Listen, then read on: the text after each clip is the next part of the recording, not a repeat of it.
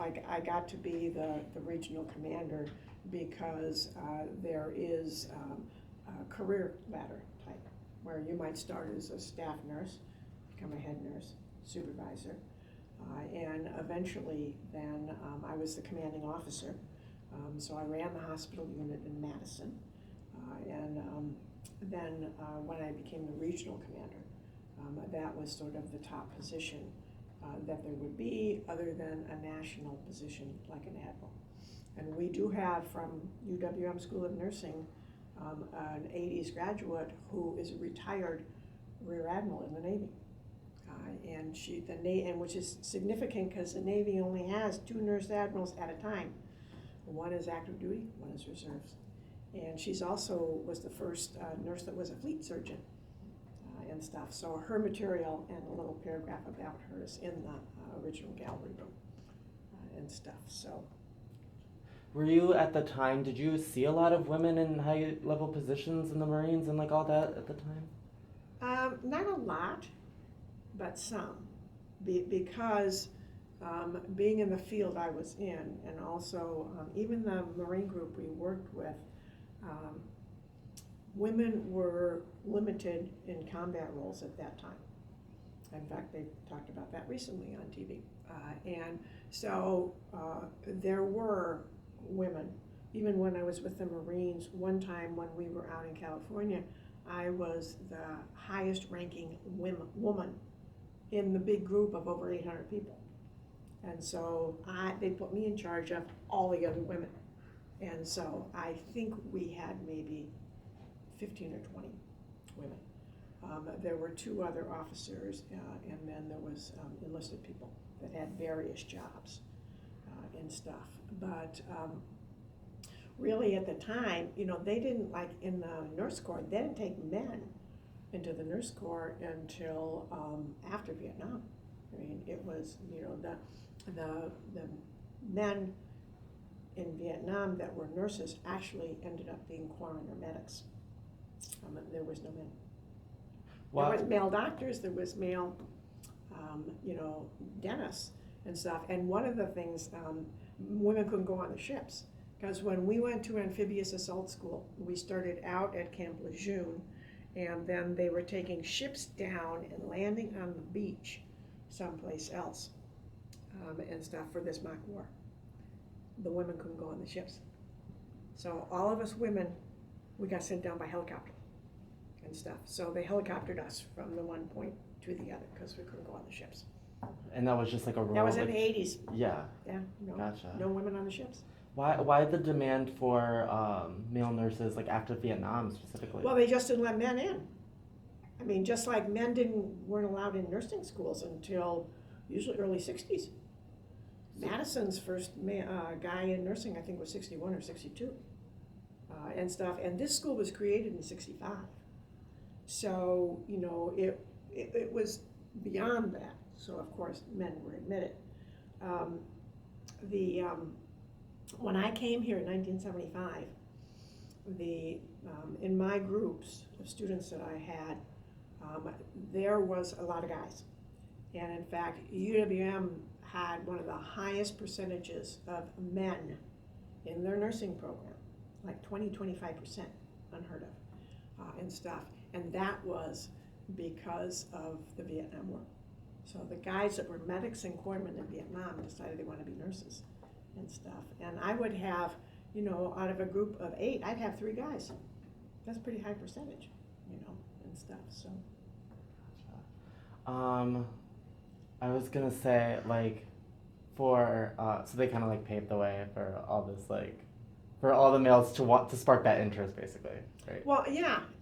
I mean, and because as more and more men became nurses and were seen in the hospitals as nurses, then yes, it sparked interest and stuff. And other, guys could say, hey, I could be a nurse. I want to be a nurse. I want to do this, And nursing is pretty complex, and, when you think of what goes on in intensive care units and emergency rooms and what nurses do and stuff, it's not for sissies, with men or women, because it's a pretty tough job. do you see a lot of, like, what would you say that, like, compared to then, do you see a lot of a male to female ratio, like higher males being nurses Yes. today? Yeah. We see more, now to have 20-25% in a class is nothing. But back then, in the late 70s and stuff, it was. Wow. So, do you see a lot more, like, men going into, like, what do you see is, like, you know how some people like to be, like, delivery room nurses or, like, Yeah. other stuff? Like, what is your highest percentage here of, like, what people Well, like I to don't do? know that they can actually be separated out because they start in one and they might go to another. Initially, back in like the 70s and stuff, nurses, the guys, would want to go into anesthesia, and many of them would want to go into hospital administration and things like that. But now, I mean, you've got men in the maternity units, you've got men in public health, you have, men in every pediatrics, children's hospital has a lot of men that are nurses and stuff. So, and one of my male students back in the 70s and stuff, and maybe it was even the 80s, he had a PhD in history. And we had a program, still exists today, the one where if you had a degree in something else, if you got the prereqs done, you could come into this program for people with a degree.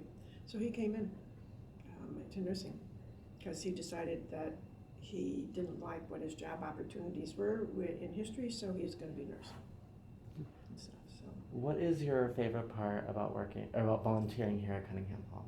Like, what is your favorite thing to oversee or to help out? Well, I love nursing history, and I've been involved in it for, quite a few years since in my master's program, I did a paper back in the 70s and stuff, but my research, my publications, I've done 3 books and stuff, have all been in nursing history, so I love nursing history. So, doing the exhibits here and showing people around and telling non-nurses about the history of nursing. Because many of them, they're not aware. And nursing is a very rich history, being one of the first professions for women. Also the first profession to have ethics, code of ethics, and a lot of other things that nurses did as first. So I am, I'm passionate about the nursing history piece and showing people what we have, because it's a national resource, and stuff. So I also like coming in and seeing the people in the school and keeping up to date with what's going on and talking to Charlie and stuff up on the 7th floor. That's awesome. Do you have anything you want to add? Yeah, so tell me about how the Nursing Museum started. Well, when Dean Inez Hinsvark designed the school back in '71, she was a nurse historian. So she designed a museum right in the school. And that original museum room is on the 1st floor. And if you go out the doors here and you turn around and look up, the floor above us has long windows. That's the original museum room. Now when they turned that into a student floor, we got moved out. And so we were moved down here, and we were originally this floor's been remodeled a number of times. We were over here on the side, on the other aisle over there. And then we got moved back in the corner. And then we got moved to the original gallery. So over time, we've been moved all over. But early on, there was a task force in charge of the nursing history piece, the museum. And they began to pull some stuff together. And people began to donate items. And everything that we have, including 2 storerooms downstairs, is donated. We haven't bought anything since probably the 80s, when we bought a couple of very rare items that are on display. But the stuff keeps coming in. Faculty members stopped by when I was here with a visitor yesterday and said, "Oh, we have a such and such that we found, and we're going to, bring it and donate it to you." And so, faculty members, they find stuff and they purchase it or whatever and bring it in, or relatives. The items we have from Vietnam are very few. We did the Vietnam exhibit based on the book The Women, which has been very popular. It's about the nurses in Vietnam when everybody kept being told there are no women in Vietnam. Well, there was. And so part of it is my personal collection, and others we have a few items. But when the nurses came back from Vietnam, they were met with hostility because they were in Vietnam and stuff. And so they threw away or burned all their uniforms and everything. When the nurses came back from World War II, they were honored. They were heroes and stuff. And they saved everything. So we now still get calls. Had about 3 last year where people are finding grandma's trunk in the attic full of her World War II uniforms and stuff. So we have a huge World War II collection. And in fact, one of the trunks that a woman brought in, it was full of stuff. And it was her good friend. And she told her good friend she would keep it and find a place for it. It was in her attic, her basement, so she brought it in. Well, we just opened up the trunk. So the trunk is on the floor in the gallery room, open with what was in it, because we have so much stuff from World War II. They saved everything. You just opened it? Yeah, the trunk is open on the floor, sitting against the wall on the floor between some other stuff in there. We just opened it so that the spats and some of the uniform parts and stuff that are in it are still in it. Are these like UWM alumni that are doing this? Or No, anybody. They just call you and they're like, hey. No, I got the call from the lady that lived in South Carolina yesterday. Wow. She has her mother's stuff, and it's in pristine condition, and they wanted to give it to someplace where it would be useful. No, people find us. Sometimes people just bring it in and drop it off. Sometimes people, mainly when they call, they get to Student Affairs, and then Student Affairs sends them to me. We'll get emails. And so we have a website. There's a UWM website that is uwm.edu/nursing history. And sometimes when people are doing some Google searches, they come up with that website and stuff. But yeah, and we try to list it. Our collection policy is Wisconsin. And so we take primarily stuff from Wisconsin, but if there's a rare thing coming from another part, Midwest, or otherwise, we'll take it. Yeah, you're not gonna say no, because it's Well, like, no. why would? No. Yeah, exactly. We have a cape collection. In nursing schools, everybody had a distinct cape, cap, and nursing pin. And we have a cape collection from 40 different schools, all different capes. We have a cap collection that's over 130 caps from different schools. And we don't have a lot of pins, because the pins people, relatives keep as a piece of jewelry, And like the lady I talked to yesterday, she's keeping her mother's pin. Like when you talk about caps, you're talking about like stuff like that's over here. Like, That's a Red Cross cap and stuff. And we have caps on display in the other 2 galleries. There's, I came up with a way with shelving on the wall to put caps with labels and stuff on them. And the capes, there's a lot of capes on display in the room next door too.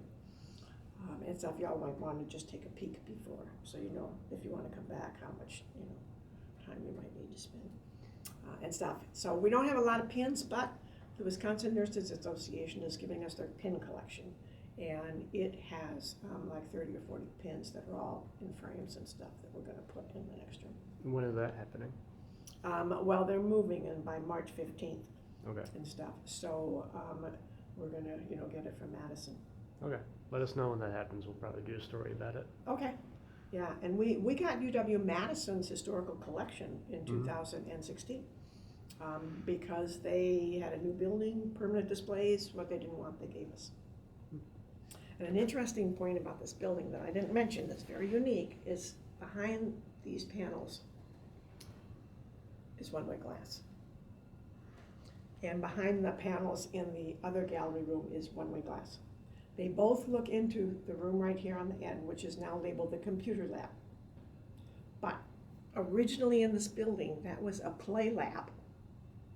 It was full of climbing equipment and toys and cribs And if you go in the computer lab back to the bathrooms, you'll see the signs on the door are little kitty signs, pictures of boys and girls.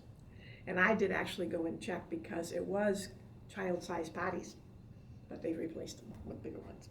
But what would happen is all the growth and development classes for the university were taught here in the school. And parents would come with their kids, and the kids would play in the lab. This was a conference room. Those were small offices. And the nursing students or the other UWM students would be in here with the parents, and they'd be watching the kids through the glass.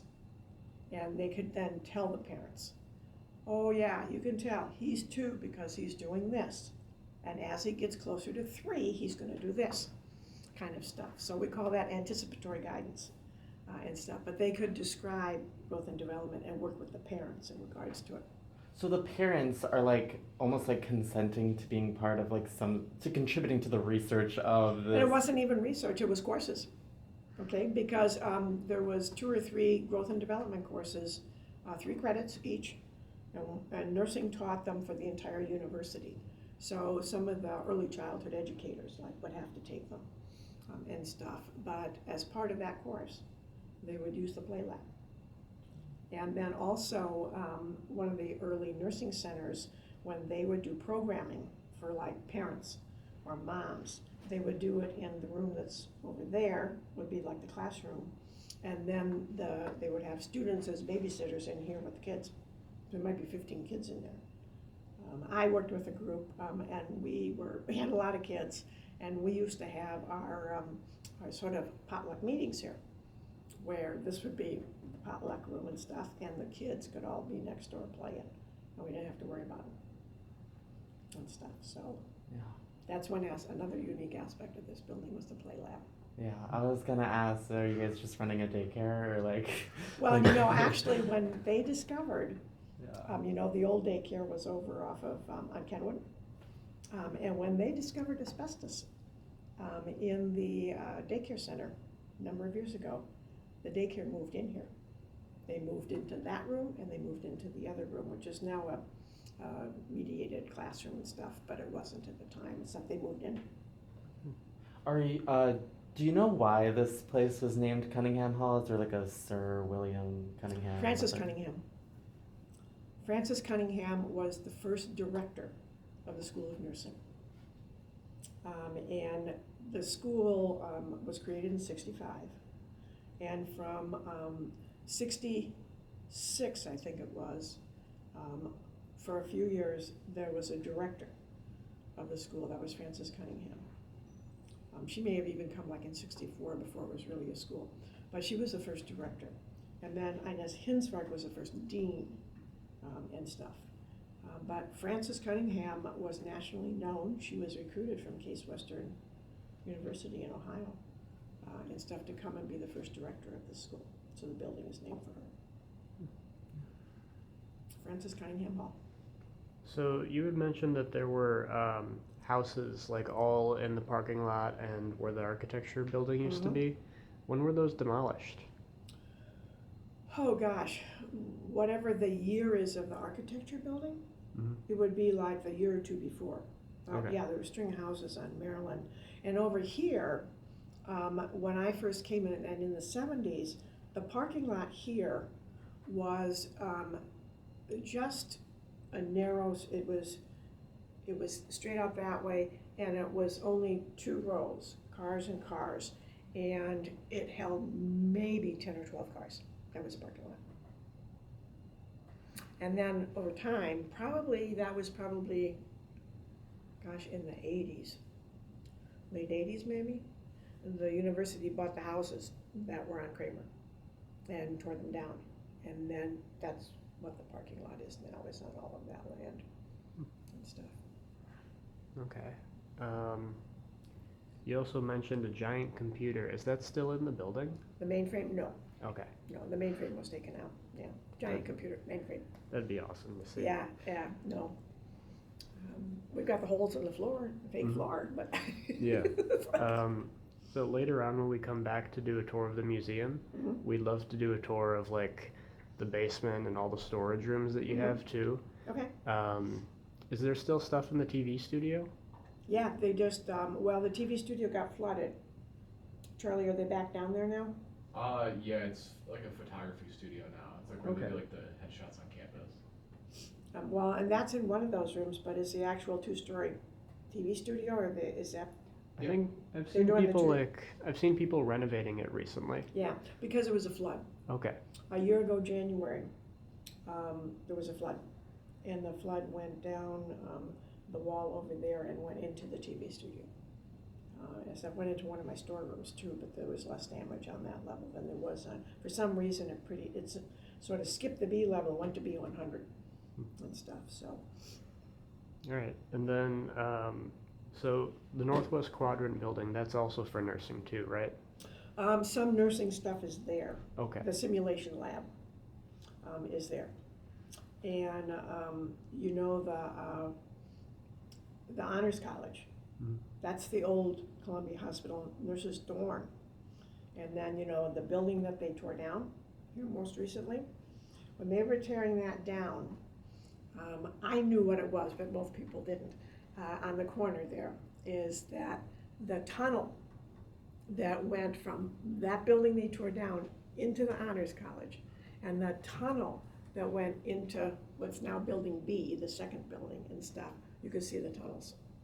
And at first they put some covers up over them that looked like temporary, and I'm thinking, holy crap, they got to. Well, then they like bricked them up, cemented them up and stuff.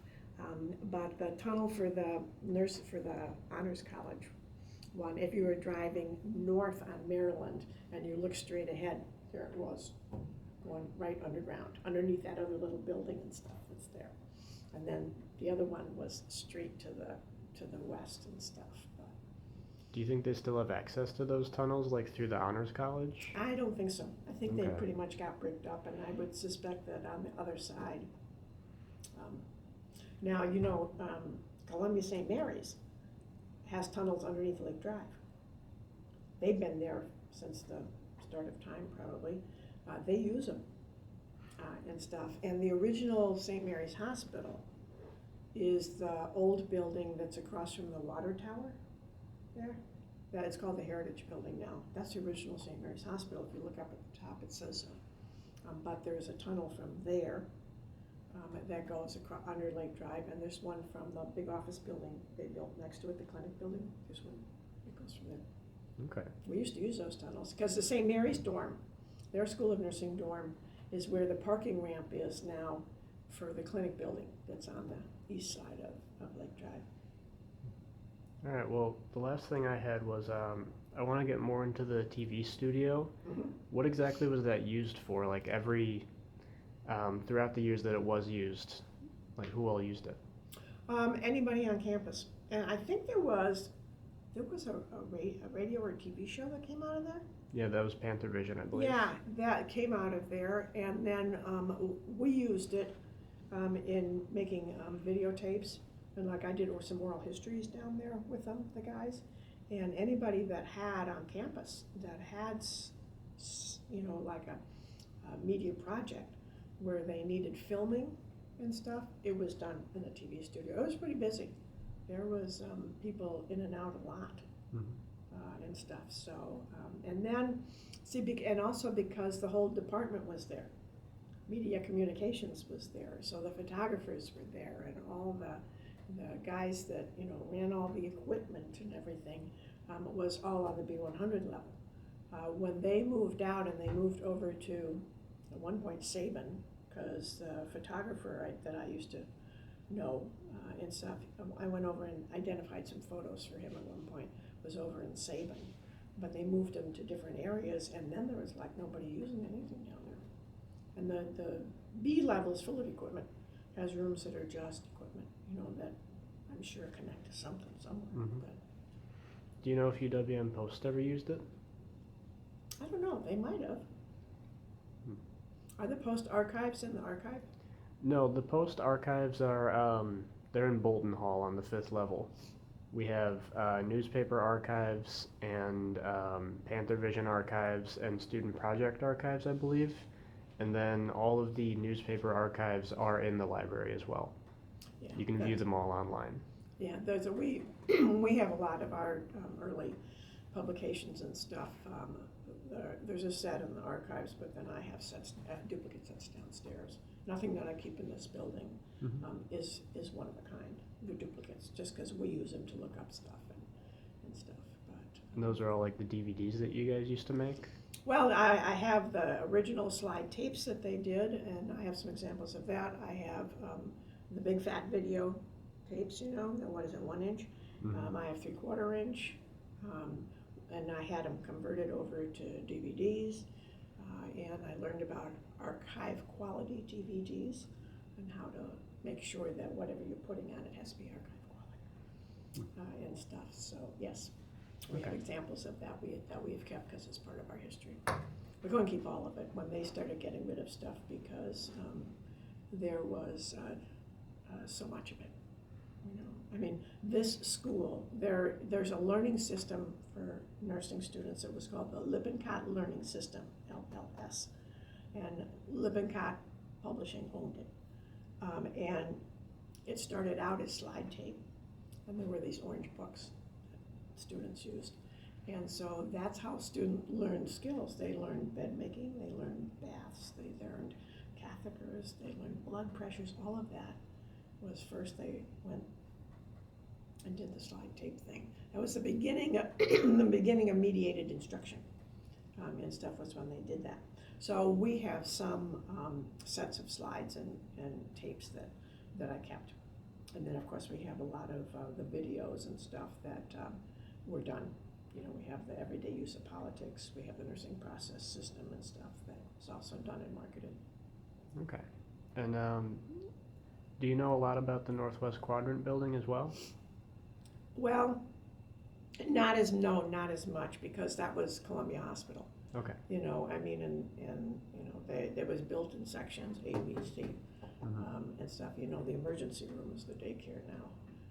I did do some work over there on the history of Columbia Hospital at one point, and I knew where their archives were, but of course all that's been moved now and stuff. But in regards to the actual, other than the original hospital over there and stuff was the Knowlton Hospital. It was started by a doctor and a nurse, and Knowlton was the nurse. It was named after her. And that hospital was on the sort of outskirts of town, and it was built for the wealthy and stuff. So the it was a private hospital, it was built. So Just that like was Mount Sinai was built for the Jewish population, Columbia was built for the upper class, because the upper class, as you see on Lake Drive, their mansions and stuff were on Lake Drive into Shorewood and Whitefish Bay and stuff. So they had moved to the suburbs even early on. And that hospital dates to 1909, I think it is, and stuff. But Okay. And so now you see a lot of that stuff that's like in the basement of these buildings is being moved and being marked for surplus, stuff like that. What are your thoughts on that? well, I think it has to be very carefully done by people knowledgeable about whatever it is, you know, like equipment and stuff. And like even in this building, it's something that I would have liked got thrown out a number of years ago. Nobody asked. What was that? It was the original mannequins that nursing students learned skills on was called Mrs. Chase. And Mrs. Chase was the first mannequin that was created with the weight of a human. So she weighed like 80 pounds and stuff. And that's who nurses practiced on and learning how to give baths and all of that stuff. And when they got a bunch of new mannequins in, and it happened over the summer, they threw out Mrs. Chase. And I was heartbroken because I really wanted Mrs. Chase. I mean, they've done all research studies. They've written articles about Mrs. Chase and stuff. And just like the library one time, there's a rare 4-volume set on the history of nursing. Well, I was over in the library, discovered they only had 2 volumes because they threw out 2 volumes. And Why that not? was before that stuff got moved, and I threw a fit. And the dean of nursing got involved with the dean of the library science school